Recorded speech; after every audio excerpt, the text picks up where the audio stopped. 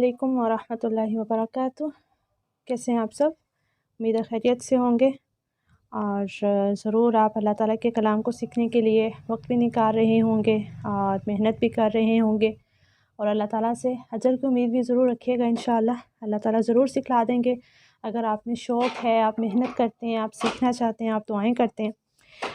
Last video में मैंने आपसे पूछा था कि आपको जो मुश्किलात हैं वो आप बताएं, तो मैं इंशाल्लाह आपको बताऊंगी। तो आप में से कुछ मेंबर्स का रिस्पांस आया था कि एंगल्स की समझ नहीं आई है, तो एंगल्स को फिर मैं दोबारा से इंशाल्लाह थोड़ा सा ज़्यादा वाज़े करके बताने की कोशिश करती हूँ। जिन्होंने मैथ पढ़ा है उनको तो समझ आ गई होगी, जिनको मैथ मुश्किल लगता था उनको ये मुश्किल लग रहा होगा, लेकिन इतना ज़्यादा इसमें कोई एंगल्स यूज़ नहीं होते। बस थोड़ी सी अगर आप साइंस समझ आते हैं उसकी, तो उससे ये बेहतरी होती है कि आपकी स्ट्रोक्स अच्छी बनना शुरू हो जाती हैं और आपके हरूफ अच्छे बनना शुरू हो जाते हैं। तो देखते हैं मैं इसके साथ आपको बताती हूँ। जैसे हम मैथ्स में भी इस तरह से पढ़ते थे।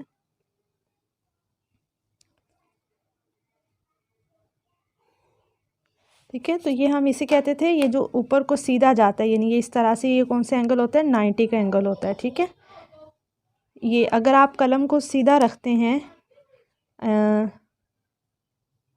आप इस तरह रखते हैं, इस तरह से, तो ये मतलब है आपका 90 का एंगल बन रहा है। अगर आप इस तरह से कोई स्ट्रोक लगा रही हैं तो हम कहते हैं कि ये आपने 90 के एंगल से स्ट्रोक जो है वो लगाई है, स्टार्ट की। इसी तरह से अगर हम इसके बिल्कुल मिड में लाइन लगाते हैं, इस तरह से, आप देखें ये बिल्कुल अगर हम इस तरह से लगाते हैं तो ये एंगल है 45 का। ठीक है, अब देखें, आपने जब मैंने आपसे बताया था कि जब आपने अलिफ को लिखना है तो आपने एंगल 45 का रखना है। इसका मतलब है कि आपने कलम को इस तरह से रखना है। ठीक है, इस तरह, इस एंगल पे। अगर आप इस एंगल पे रख के नीचे अलिफ को बनाते हैं तो आपका अलिफ जो है वो खूबसूरत बनेगा। ठीक है, उसका एंगल दुरुस्त आएगा और आहिस्ता आहिस्ता आपका नीचे का जो एंगल ऐसे कम होना है वो भी होता जाएगा। वो अगली बात है, बाद में बताऊंगी। लेकिन आपने जब स्टार्ट करना है तो आपने किस तरह से, किस एंगल पे पेंसिल को या कलम को रखना है, तो वो ये वाला एंगल रखना है। अगर आप क्या करती हैं कि इस तरह रखती हैं, ठीक है, आप देखें ये आपका साइज़ जो है वो भी ख़राब हो गया और एंगल भी आपका ये हो गया। अब ये कौन सा एंगल है, आप यहाँ पे इसको चेक करें तो ये एंगल बन रहा है ये वाला। ठीक है, ये कौन सा एंगल बन गया? ये वाला बन गया। तो इसका मतलब है आपने रखा ही कलम को स्टार्ट ही आपने गलत जगह से किया, तो इस वजह से आपका अलिफ भी थी अच्छा नहीं बन रहा। नीचे जाते जाते ये बिल्कुल ही बारीक सी लाइन बन जाएगी। ठीक है, तो यहाँ से ये आपकी गलती है। तो क्या करना है आपने, जब अलिफ को लिखना है तो आपने ये वाले एंगल पे लिखना है। आपने कलम को चेक कर लेना है, ऐसे लाइन लगा के उसके मिड में आपने ऐसे रख के फिर आपने ऐसे लिखना है। ठीक हो गया। इसके बाद जब हमने ऊपर ताज लगाना है तो मैंने आपसे कहा था कि वो 50 का एंगल होगा, तो इससे आप थोड़ा सा ऊंचा कर लें। अब एग्जैक्ट तो आपको नहीं मेजरमेंट बता रही हूँ, अंदाज़न, यानी कि ठीक है, आप ये कह लें कि ये 50 हो गया। 45 से आगे 50 होता है। तो जब आपने ताज बनाना है तो तब आपने क्या करना है, इस एंगल पे रखना है। ये ताज का एंगल होगा। ठीक है, यानी कि ये, और फिर यहाँ पे आपने क्या करना है, उसकी तिकोन बना देनी है।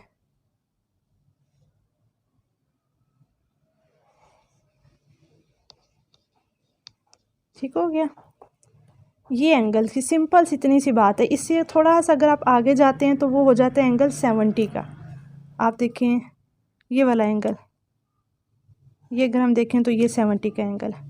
तो बा जब हमने लिखना है तो बा में अक्सर स्टूडेंट ने क्या किया हुआ था, जबकि मैंने उसमें बताया भी था कि आपने सीधा ऐसे स्ट्रोक नहीं लगानी बा की। जब आप ऐसे लगाते हैं गलत होती है, आपने इस एंगल पे लगानी। ये देखिए ये एंगल, जब आप इस एंगल पे लगाएंगे ना इस तरह से, तो ये खुद ब खुद अच्छी बनेगी। और इसमें मैंने आपको जो डिफरेंस बताया था वो देखें, उतना ही डिफरेंस आ रहा है। ये कितना बन रहा है, ये 0.25 तकरीबन बन रहा है इसका। ठीक है, हाफ भी नहीं बन रहा, हाफ से जो है वो कम बन रहा है। तो जब आप इस तरह से लगाते हैं तो ये देखें, ये अगर आप यहाँ से नीचे को आए तो ये देखें इसका डिफरेंस और इसका डिफरेंस, यानी छोटी छोटी पॉइंट्स पे जो है ना, हरूफ की जो शेप है वो ख़राब हो रही होती है। आप इन एंगल्स को अगर समझ जाते हैं तो आपके लिए ईजी। इससे थोड़ा सा आगे जाएँ 80 का एंगल होगा, कहीं आगे जाके 80 का भी यूज़ होगा, कहीं कहीं 100 का भी होगा। मोस्टली जो यूज़ होते हैं 45 70 ये सबसे ज़्यादा यूज़ होते हैं। ठीक है, तो मुझे उम्मीद है कि अब आपको बात समझ आ गई होगी। नहीं है आप 2-3 बार इसको सुन लें। ठीक हो गया। तो आज अब हम देखते हैं रॉ को। ठीक है, रॉ में अपने क्या करना है, पहले 2 नुकात लगाने हैं, एक नुक्ता दूसरा नुक्ता।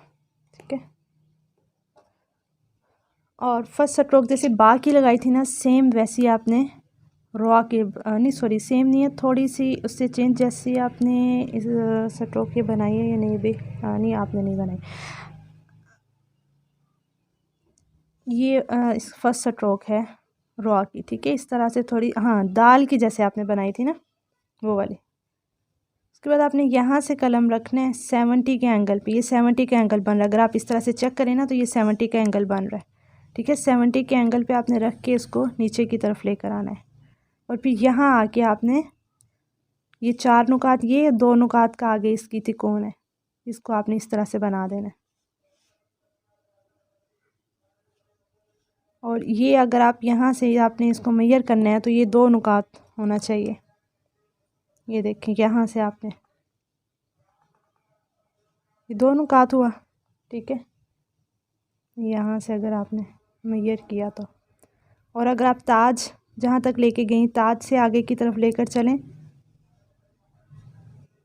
तो ये देखें इतना सा ज़ायद है, तो ताज इतना सा होगा, 2 नुकात होंगे और इसके ऊपर इसका ताज होगा, जैसे दाल पे आपने बनाया एक नुक्ता का ताज। ठीक है, ये आपका रॉ बन गया, बहुत इजी सा है। यहाँ से आपका हो गई ये 6 नुकात, 2 नुकात का ये आपकी तिकोन बन गई, और फिर बाकी का जो है वो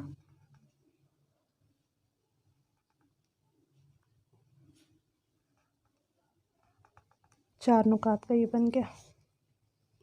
ये आपका रॉ है, बहुत इजी सा है। ठीक है, इसको आपने अच्छे से करना है।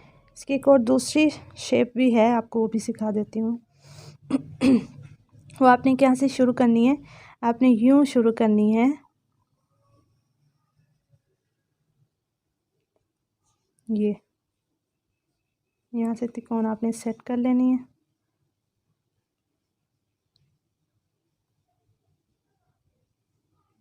ये यहाँ का जो डिफरेंस है वो 1 नुक्ता होगा। ठीक है, यानी ये आप इस तरह से नहीं करेंगे कि आप यहाँ से जब बनाएं तो आप ऐसे बना दें, तो फिर ये देखें ये डिफरेंस कितना बन गया, 1 नुक्ता एंड हाफ। आपने ये डिफरेंस 1 नुक्ता का जस्ट रखना है, और ये डिफरेंस जो है ये 2 नुकात होगा। ठीक है, ये इसकी दूसरी शेप है रॉ की। और इस तरह में जो मिस्टेक्स होती हैं वो भी मैं आपको बता देती हूँ ताकि आपको क्लियर हो, पहले से ही वो गलतियाँ नहीं करनी है आपने। बिस्मिल्लाह।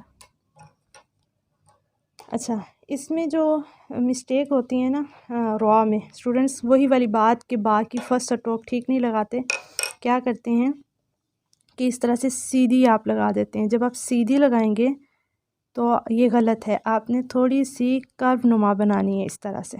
ठीक है, ये इस तरह आपने इसका ताज बनाना है, और यहाँ से फिर आपने दोबारा से ऐसे कलम को रखना है। ये देखिए इस एंगल पे इस 70 का एंगल बन रहा है, ये आपने कलम रख के नीचे को आना है। ठीक है, और यहाँ से आपने इसको दोबारा रीटच करके इसको शेप दे देनी है, ठीक कर लेना है। यहाँ से आपने नीचे को आना है यहाँ तक कि 2 नुकात का डिफरेंस जो है वो पूरा हो जाए। ठीक है, नज़र आ रहा है ना ये। तो इसके बाद जब यहाँ तक आप आ गए हैं, ये 4 नुकात ऊपर से बन गए, फिर आपने इसकी क्या करनी है, ऐसे तिकोन बना देनी है।